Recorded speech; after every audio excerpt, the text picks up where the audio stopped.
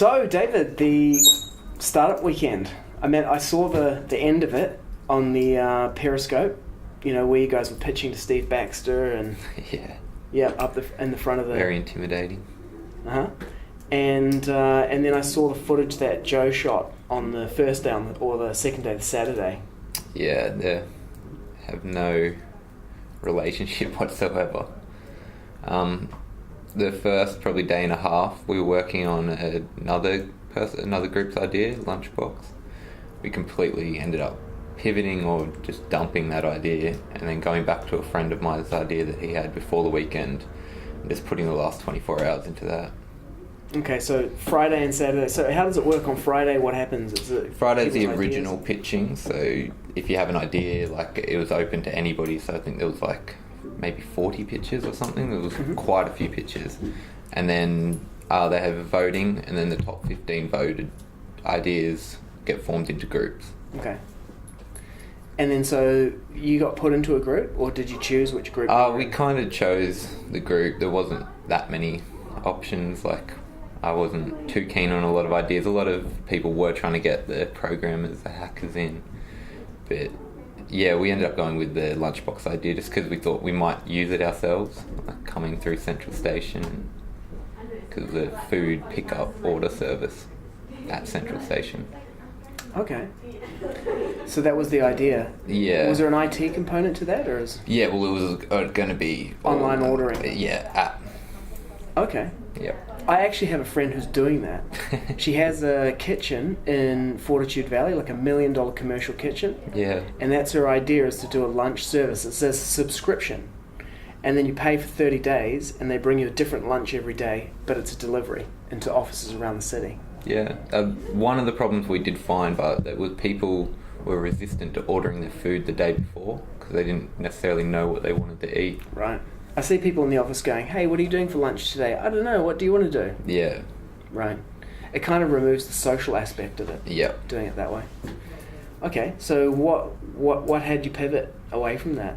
Well, we weren't too sold on the idea, like me and my friends, and then going through the actual feasibility of it all, like they wanted to, they called up a chef and was getting like meals, I think at $6, and they wanted to sell it at $9, which wasn't going to be enough profit to cover like that last mile delivery and like all the extra effort. So staff, overheads, it just got profit. Yeah, there was none by money the end. To reinvest. So yeah, that group kind of fell apart, and then a couple of them stayed with us who were already friends. So we just went back to my friend's idea and then worked on that. We sat down with the actually organizer for probably a solid hour just trying to brainstorm and think of pivots and where we could go, but then we just dumped it. Completely? Yeah. It wasn't even really a pivot, it was just like... Yeah, it wasn't a pivot at all by the end. Okay, it was just like took it out the back and shot it in the head. Yeah. Okay. Yeah. I think it's Kevin O'Leary says, you know, your idea is like a dog. It needs to be taken out the back of the barn and shot. Yeah. Okay. So you killed that idea, and then you came up with something completely different. Yeah, the basically like one place where you can get all your like portfolios all over the internet, or your work, and just combine it to one location, like your GitHub, Bitbucket, Dribble, like your artists, and even Twitter, all your tweets, and then maybe the eventual would be to have some sort of ranking system where you can have, like, for people that are looking to hire or something, they can actually see that this person's, you know, a 9.5 or something. Okay, so it's like creating people's, like, a social index or something, or... Yeah, well, like, the real plan was just to try to remove, like, all the links on your resume, whereas you might have, like, 10 links to all your different, like, work.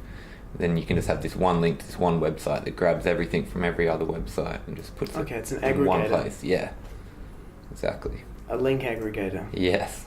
To build like a professional profile. Yeah. Okay. And like a big thing as well is like, because LinkedIn's kind of like that, but they don't necessarily, you can't, it's just another link aggregator really. And it's not tailored at all to designers, which was a big thing, a big part of our market that we heard from potential users. Okay, and did you have a monetization model for the whole thing? Like we were thinking maybe even having like a templating thing you could pay for, like even there could be ads and then you pay to not have it use the ad service, or I think LinkedIn has, like, we were looking up their quarterly review and they made like $500 million just in HR like tools and accounts, like from HR people. So we were thinking maybe that could be the market, whereas we give them extra tools where they can find the best of the best easier and like that, so they can really hire people. That was Steve Baxter's question, I think, was how are you going to get people on this thing? Yeah, like he did like the idea, he said, but not the model, the business model, I don't think. Well, a lot of those business models are basically using it to drive an audience, right? Advertising is driving an audience.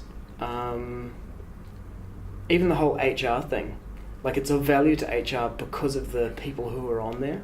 Yeah. So the value of the platform is in the people that are on the platform. So it's getting people on there. Yeah. Getting them to stay, getting them to be engaged.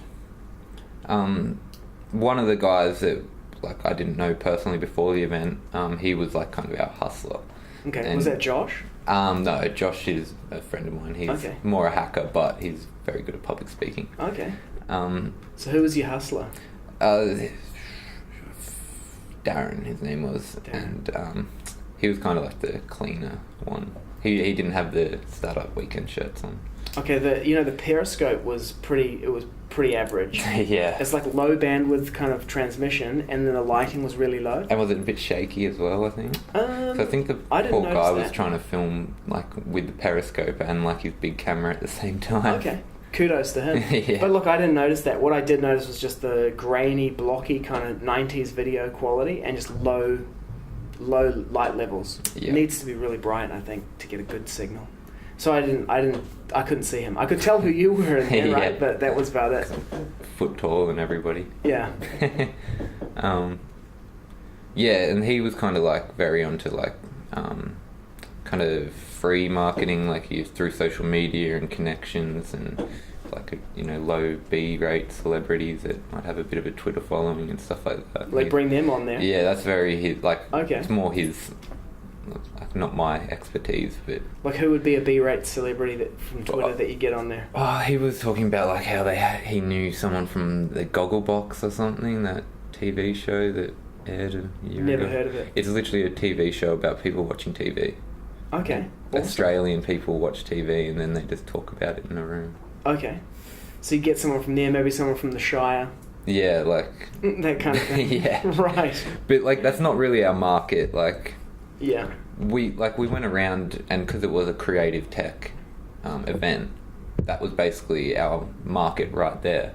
So in surveying everyone, we had like 45 out of, I think there was 90 people there, like pre-signed up to our I remember that you said we got half of the people here signed up already. Yeah. You could do that actually.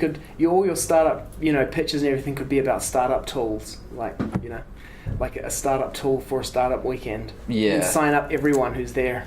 Well, Baxter didn't like that. Like he didn't like that. He said like startups not the goal, and they're the most poorest people, so you don't want to target them at all. Right. He's like, you want to be a business, not a startup. Like, yeah.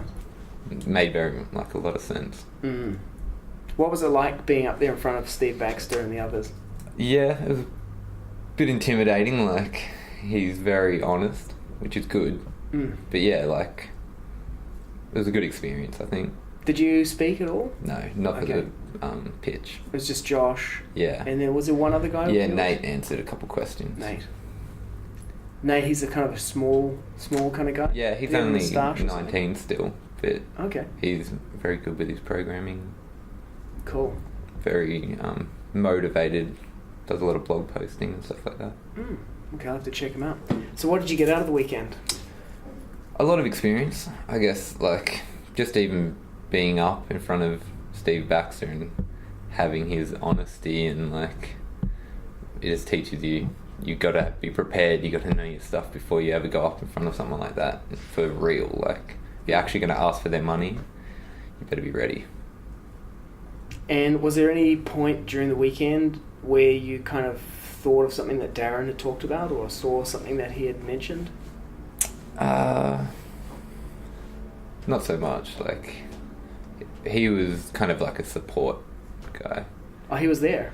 Oh, Darren Rogan. No, I mean Darren Rogan. Yeah. Oh, yeah, sorry. Yeah, like, pitching's not my expertise, so, like, I didn't really get to implement any of it, but I definitely, like... Could see it happening? Yeah. Uh-huh. And just the whole... You got to be a very showman. Like, I think even Josh, when he got up, like, he took a little shot at the group before us that did that troll thing. Troll space? Yeah, which Steve Baxter even was like, I think I'm being trolled on Twitter. Like, he tweeted that out. I think he was tweeting that about the last group. Right? I think he was tweeting about them. Like, we were watching him, like, physically tweet it while they were talking. And right. He didn't like their idea at all. Like, he said something like, so what did you find out that now you just became a t-shirt service or something? And he just dropped the mic. And I was like, oh. Who dropped the mic? Steve. Really? Yeah. Mic drop. Yeah. Awesome. Troll. I think I'm being trolled. He was. They were taking... Yeah, like, well, that's the thing. Like, because we were, like, Josh, he was like, oh, should we join that group? Because it kind of sounded fun. But then he was like, oh, I don't want to get ripped apart by Steve Baxter on the last night. Or do you want to make some money? Yeah. I'd like to do both. Yeah. But yeah, he definitely kind of foresaw Steve not liking that. Right, good call. Yeah, perfect call. And I understand that during the weekend you also discovered that you might need glasses. Yeah, I think one of my friends caught me squinting and then offered me his glasses for a second and everything went high definition. So I booked in an eye test and... When are you going for that? Tomorrow. Tomorrow? Yeah. On the Gold Coast? Yep. Okay. So tomorrow you'll find out. Yeah. So next week... I'm like I'm 97% sure because I have noticed like even in like class if I sit like to the middle or up the back I can't see the whiteboard. So I'm always like rolling my chair forward while everyone else is still sitting back there fine. I assume there was something wrong. So short-sightedness.